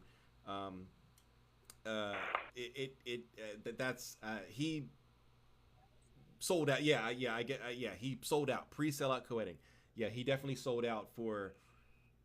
I don't know. I don't think he has that much money, but he definitely sold out. And I'm not a fan of that. So not a fan of Balg. If you go on that forum, you can see the nonsense they're talking about. It's absolute insanity. And the books he's writing now, or selling those prefabricated magic circles that are just printed on a canvas and or vinyl, and he sends it out to you. Yeah, I'm not a fan of the modern day co-editing. I'm a fan of old co-editing. What about you, Quinn? Are you a fan of EA co-editing? He wasn't really part of the fabric of the magical community that I was partaking in, so I never really, had any type of interest in going in that direction. Every now and then he'll pop up. Every day he'll pop up on live feeds, when I'm doom scrolling, and I just oh, that person's on drugs or was heavily into drugs at a certain point in time. The person for selling M or C, I forget. Either the thing that Walter White and Jesse were making on Breaking Bad, M. It was either that or it was C. I forget. Yeah. I think it was M. I think it was M. He looks like that. I grew up around those types of people my whole life, so yeah, that's exactly what he looks like. But yeah, I don't know any of his material, so I don't know where his head's at with magic. I can't form an opinion on that, but yeah, he doesn't look like someone who would interest me very much. Yeah.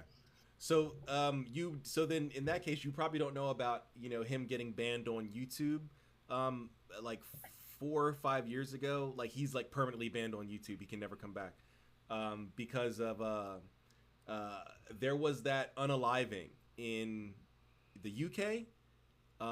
Daniel something, he unalived these two sisters, and the media made it seem like it was co-editing's fault because they the police and everything went to his home, of course, and found all his stuff, and he had some co-editing books, and he had a journal and stuff like that, and was writing in it about co-editing and how he inspired him and all this other stuff. So the same thing happened with Marilyn Manson in the whole Columbine thing, man. Yeah, but YouTube was catering to the mob at that point. They were catering to cancel culture at that time. So they canceled him, and he's got a perma ban. So very interesting. So I hope that answers your question, Dion. I'm working with the Morrigan, now, and I brought a Claymore sword. Whoa, that's the giant ones, right? That's or not giant, but the long swords, right? I think I use Claymores in role playing games. Those are the big ones, right? Green Ranger is better than White Ranger for sure. That's crazy. Yeah, I don't even think I was there for the White Ranger generation. Oh, wow. Interesting. Yes. So Dion, are you a fan of co-editing? Sounds like you might be a fan of co-editing, which is fine. I just have no interest in EA co-editing. If we're gonna pick authors, occult authors that went to prison, I'm gonna pick Michael Cittitelli over anyone else. And you too can have a Universal Circle for only 9 easy payments of $66.66. I like that. Let's make that into an advertisement. Hi. Would you like to learn advertising? Buy now. 4 circles for only $66. $66. I don't like co-editing, but that's bull, not co-editing's fault. Exactly. I agree. That has nothing to do with co-editing. Just because someone read his books or was even inspired by him. I don't know about any of his modern day books, but I doubt it. But I've read all 8 of his previous books that before he sold out. And none of them mention hurting anyone in physical form. Of course, Baneful Magic and Works of Darkness are obviously books full of curses, but he doesn't advocate for harming anyone, physically, taking the life of someone physically or anything like that. So I certainly don't understand why the UK did that, but it's very easy to get canceled in the UK. You can literally, and I'm sure anybody in here who's from the UK, I don't know if Baby Jew is in here, but can attest that you can't even like there's no freedom of speech there. You can't even say anything bad about the government, or they're going to come to your door. I could say, even though, well, I don't want to get political, but whoever the leader is, I could say F that leader in this country and no one's coming to my door. Now, if I threaten the leader, that's different. But, I could just say F the leader, he's dumb, whatever. No one's going to come to my door and arrest me or even have a talking to me. But in the UK, that's a very real possibility, which sucks. So. Any questions or anything on your side, brother? Nope, not tonight. All right. Claymore is an English translation for the Irish-Scottish greatsword. Okay, all right. So what makes what's the difference between a greatsword or a claymore and a broadsword? Is a broadsword just, I guess, more broad, meaning more wide in the sword area, width-wise? I don't know. I only know these terms from Skyrim and stuff like that. I don't. I'm not into swords. I'm into the modern day weaponry. Yeah, give me a Draco or something like that, or my little M&P that's sitting over there. My little M&P, Smith and Wesson. But anyway, it's just for ceremonial purposes. That's right. Ceremonial purposes. Right, Issa. Right. No, I'm kidding. I read Become a Living God. It was broad but slightly informative. Yeah, he's I'm not a fan of Becoming a Living God. I started, even though I don't mind his first 8 books, one of them is Evoking Eternity, and I'm not really a fan of that one. So ever since Evoking Eternity, I feel like I've started souring. And then he started Become a Living God and rivaled us and started Problems, which I will always have a soft spot for. I just forgot her name. It was on top of my head. Then I forgot it. But she's still a moderator over there. She was the peacekeeper between our forum and his forum, and so I will always have respect for her. But not a fan of the forum or any of his modern day books.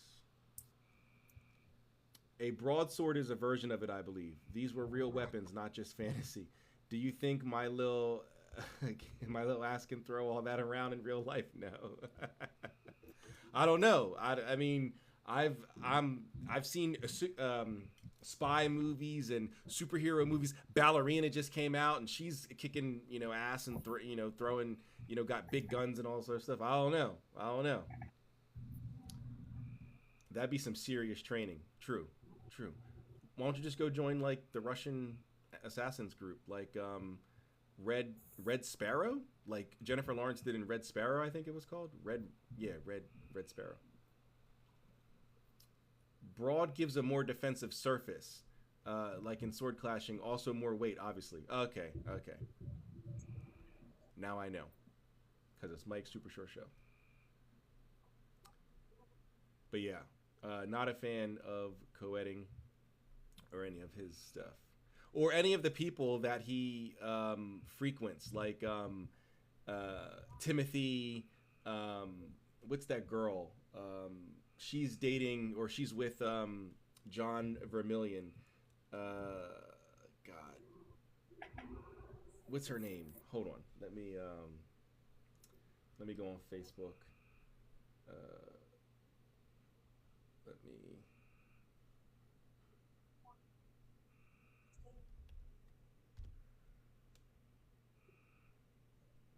Now I don't want to create a post. I want to look for somebody. Here we go.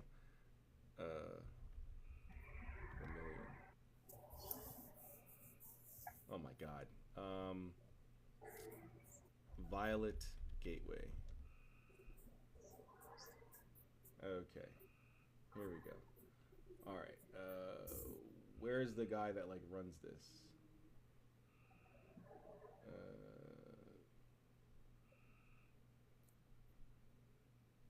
Not you. That's not who you are. It's this guy. It's John Vermillion, but oh God, I don't know. I'll remember it at some point. Um, yes, Orly Stewart. Thank you, Orly Stewart. Thank you, thank you. Yes, Orly Stewart. Not really a fan of or Asenath Mason. Any of those types of people that are frequented on the Become a Living God books and stuff like that. Not really a fan.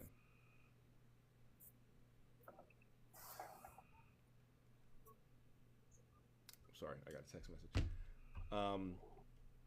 Yeah. So Quinn, I'm guessing since you've never really gotten on the co-editing train, you probably don't know who Orly Stewart is, or John Vermillion, or Timothy, or Asenath Mason, or any of those people. Mm. Good, good. I mean, well, Asenath was kind of on already before Become a Living God. She was like big in the demonolatry community. Some would even attribute like modern day demonolatry to her. But what do you think of VK Jahannam? I've heard of him. I don't think I've read any of his stuff. Let me see if I have anything by him. I don't think so. Yeah, no. Okay. I've heard of him. VK Jahannam.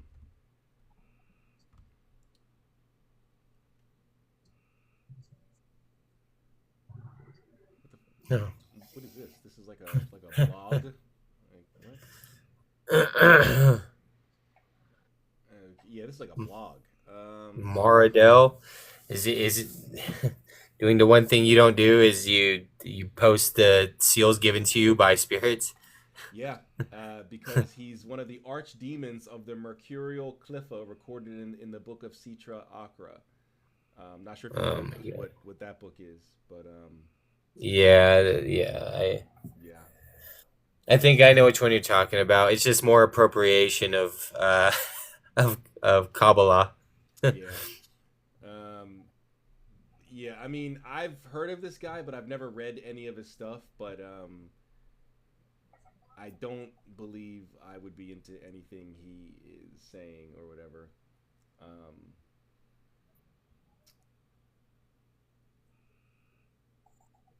Interesting. Once they start talking about some clipotic stuff, I'm most likely out of the. I'm not even like paying any mind to it, you know. Yeah, the Book of Citra Akra is like a what's that word I want to say? It's like anti-cosmic, Yeah, clipothic Satanism type stuff. yeah. And I'm not into that. Definitely not into that. Kabbalah Like the shows epitome of visualizers. edgelord. Yeah, exactly. They used his ends in the movie Heretic, I think, the King Pyman movie. Yes, but was that Heretic or was that the other one? Hereditary. Yes, that one. Thank you. Because I was gonna say I think Heretic came out recently. That was with Hugh Grant. Hugh Grant. Hugh Grant. Yeah. That was with Hugh Grant and the two girls that he trapped in his basement or whatever. It was okay. The plot was good, but I feel like the story kind of fizzed out. Once you realized, like, once the girl kind of explained what he was doing, then you're like, oh, all right. Like, I'm kind of done on that now. But, Yeah. What's a good book on angel magic? Well, a good book on angel magic is a book actually called Angel Magic by Geoffrey James. This right here by Geoffrey James. It's called Angel Magic, the ancient art of summoning and communicating with angelic beings. This is fantastic. The footnotes and references alone are worth its weight in gold, even though it's from Llewellyn. It's actually really, really good. I'll show you some of the table of contents here. So we've got an introduction to angel magic. What are the angels? Are angels real? How do they appear? Blah, blah, blah. The source of angel magic, Chaldeans, Egyptian, Hebraic, Gnostic. The survival of angel magic throughout the ages. How to become essentially a angel magus, right? How to practice. The angelic keys. This is about Enochian. I wouldn't consider this angelic, but whatever. The results of Dee's magic, fairy magic, which I also wouldn't consider angelic, but he does make a good case for calling it angelic. The Golden Dawn, angel magic today, angel magic signature seals and alphabets, and then the suggested reading, which is pretty extensive, or the bibliography. So this is a really good book if you're into angel magic. It doesn't get right to the meat and potatoes, but that's what I like about it. I'm not looking for spell books and like how-tos. I know how to. I want the historical context behind it, so I know I'm doing it as accurately as possible from history or from a historic point of view. Do you have any suggestions for good books on angel magic, brother? Right at the start, the Heptameron. Then of course you have like the Arbitel, which whether they're angels or not can be I would say that. debated. Yeah. Then you have the Ars Paulina, Ars Almadel. All old school grimoires. Those Yeah. books give you the meat and potatoes. Yeah, those give you the meat, but they really you just have to learn how ritual magic works, learn the formulas of ritual magic, and then it could kind of plug and play with whether it be angels or demons. You just kind of gotta be privy on the know-how when it comes to it. But if you get the read enough books on ritual magic, you'll kind of learn how to kind of navigate between the two, or the multitudes of spirits out there between different systems. Oh yeah, and the Magus has drawing spirits into crystals is known for being great for scrying and evoking angelic evocation. Well said. I hope that helps you out, Dion. Favorite non-Golden Dawn solitary ritual? Solitary ritual? I don't really... non-Golden Dawn solitary ritual. Okay. I guess the calling and the greater calling of the Sevens, I guess we'll say. The adjuration of Metatron. I would say probably stuff like that. Everything I do is solitary and it's non-Golden Dawn. I'm kind of confused. It's the Golden Dawn is a very small fraction of the Western, the Western magical like corpus. Not according to the conspiracy theorists. The Golden Dawn run everything. Aleister Crowley and the Golden Dawn run everything. The Golden Dawn didn't even like Aleister Crowley. That was Mather's boy. Yeah, but you can't tell that to the conspiracy theorists, or you're just a shill. You're a Zionist shill and follower, and you're a follower of Satan. Maybe, as in the follower of Satan, yes, possibly, but not so much. Depends on who's looking at me. Well, very true. Very true. How do you keep up with your daily prayers for all your ancestor spirits, etc., that you work with? I mean, I don't go to work too early. I don't start work till 9:30. So, and I wake up around 7:30 ish. So it's quite simple. I don't have any kids or anything like that, so it's quite simple for me to keep up with it. It's just a matter of getting out of bed and doing it, which, as a human, I will admit doesn't happen every single day. But it certainly happens more often than not. So it's just a matter of doing it. And that's also why I picked the morning, so that way I could get up, do it, and then I'm good for the rest of the day, unless I have any other rituals that need to be done, throughout the day. But it's just a matter of just doing it. Now I know you have a child and things like that, so it may be more difficult. But I don't have such responsibilities. So for me, it's just a matter of getting out of bed and going outside. Now, on days like it's been lately where it's super hot, over here on the East Coast, it's super hot, or during the winter where it's super cold, I might not want to go out there because it's not climate controlled. So there's also that. I don't want to sweat while I'm doing it or freeze while I'm doing it. Those are factors. Also, if it's raining, I don't want to have to suit up just to go out there. So there's that, because it's not in the house anymore like it used to be. Now that we moved here, it's out in the woodshed because there's ample space. But it's just a matter of getting out there and doing it. Good stuff. Thank you. There's Mang. Who's Mang? What's Mang? Are you talking about one of the books here? There's Mang, or modern angelic grimoire? No, that can't be it. I don't know what you mean. You're welcome.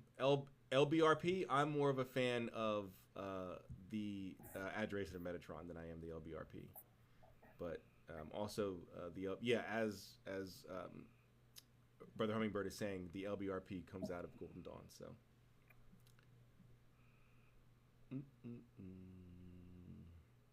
I'm just trying to create more of a routine, and I've been so active lately. I wake up a bit late, and it sometimes throws off my energy, so I don't get to it when I expect myself to. That's fine. The trick is not beating yourself up over it. As long as you're not neglecting your spirits and the ones that you have pacts with and stuff like that. As long as you're not neglecting them, you should be good. They understand that you're a human and that you're going to miss some days and you're going to make mistakes. You're too sick, you're too tired, whatever. This isn't, they're not, slave masters or dictators where you have to or you're going to be punished. Don't beat yourself up over it, and I think you'll find it a bit easier. You're welcome. You're welcome. All right, guys, we got about 2 minutes left. This was fantastic. Great conversation. Lately, the last few times we've been doing this, we've had some great conversation. We haven't had to end early in a while. So that's good. But we got about 2 minutes left. Any final questions, comments, complaints, emotional outbursts? Anybody, anything? Speak now or hold your peace till next week. Hold your peace till next week.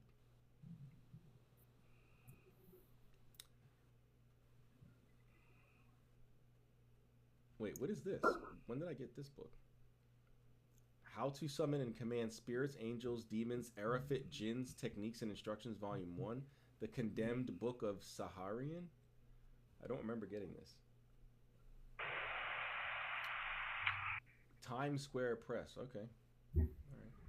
Is there a table of contents? No, it just goes right to the book. Okay. All right. Well, interesting. I don't know about this one. Nope. I'm gonna watch the next episode of Sandman season 2. Well, enjoy. I'm gonna throw on some Breaking Bad, or actually no. I think I'm watching this other show now on Amazon. Hell House, Hell Motel Hell. Oh yeah, something like that. yeah. We just watched like the first episode of that.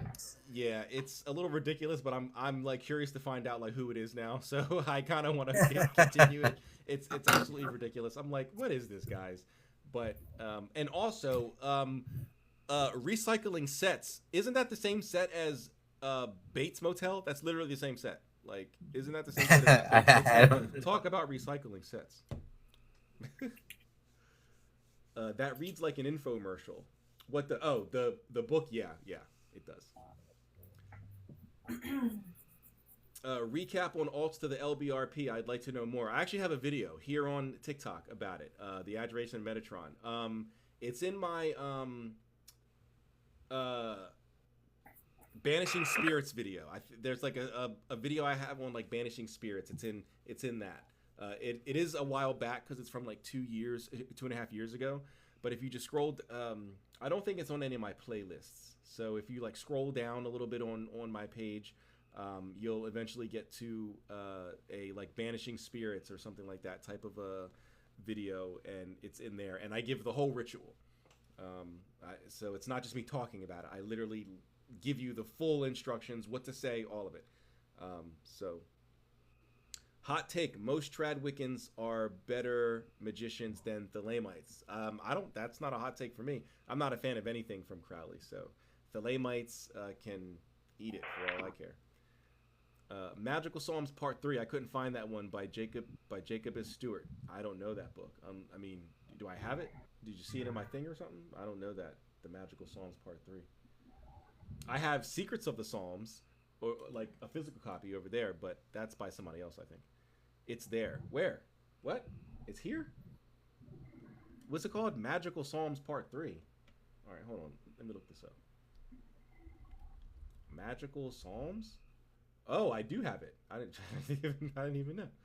Shadow Tree series, the Book of Magical Psalms Part 3. Oh, okay. And you can't find this as a PDF? All right. I don't know where I got it. All right. Well, if you want it, send me a message on Discord, and I can send it to you. I can send you the link. But yeah. All right, guys. We have reached. Can you email it to me? Yeah, sure. Send me your email here on TikTok, and I'll forward it over to you. I'll send you the link to download it from my drive here. But all right, guys, we've reached the end of our stream. We want to respect everyone's time. So we're going to go ahead and call it here, or at least let Quinn go, and I can stay on a bit longer and answer any other questions you guys might have. But yeah, we're going to go ahead and close her out here. Thank you all for being with us for the last 2 hours. It was fantastic. Fantastic conversation. Appreciate each and every one of you. Thank you, Issa, for your moderation services. And to Quinn, thank you for joining us every week to elucidate on these obscure grimoires, both the legit and the nonsense, because the nonsense is nonsensing in this Picatrix. At least book 3 was a little wild out there. So thank you very much. If you guys aren't already following Quinn, please give him a follow. He is a legitimate magician, and his knowledge is worth its weight in gold. So please do give him a follow. Any final words from you, brother? No, pleasure as always. All right. Well, thank you very much, and I hope you enjoy the rest of your night, man. You as well. Thank you. Peace. All right. I'm going to hang out for just a second here, guys. And let's see. Yeah, I can email it to you. I heard some authors curse readers that got their works by piracy. Any truth? No, there's no truth to that. Do you see what this says? Oh, you can't see what it says. Here, let me move it over a little bit. Can you see it now? 75.44 gigs. I shouldn't be alive if those curses are real. I shouldn't be alive. Essentially 75 gigs of books, and like no.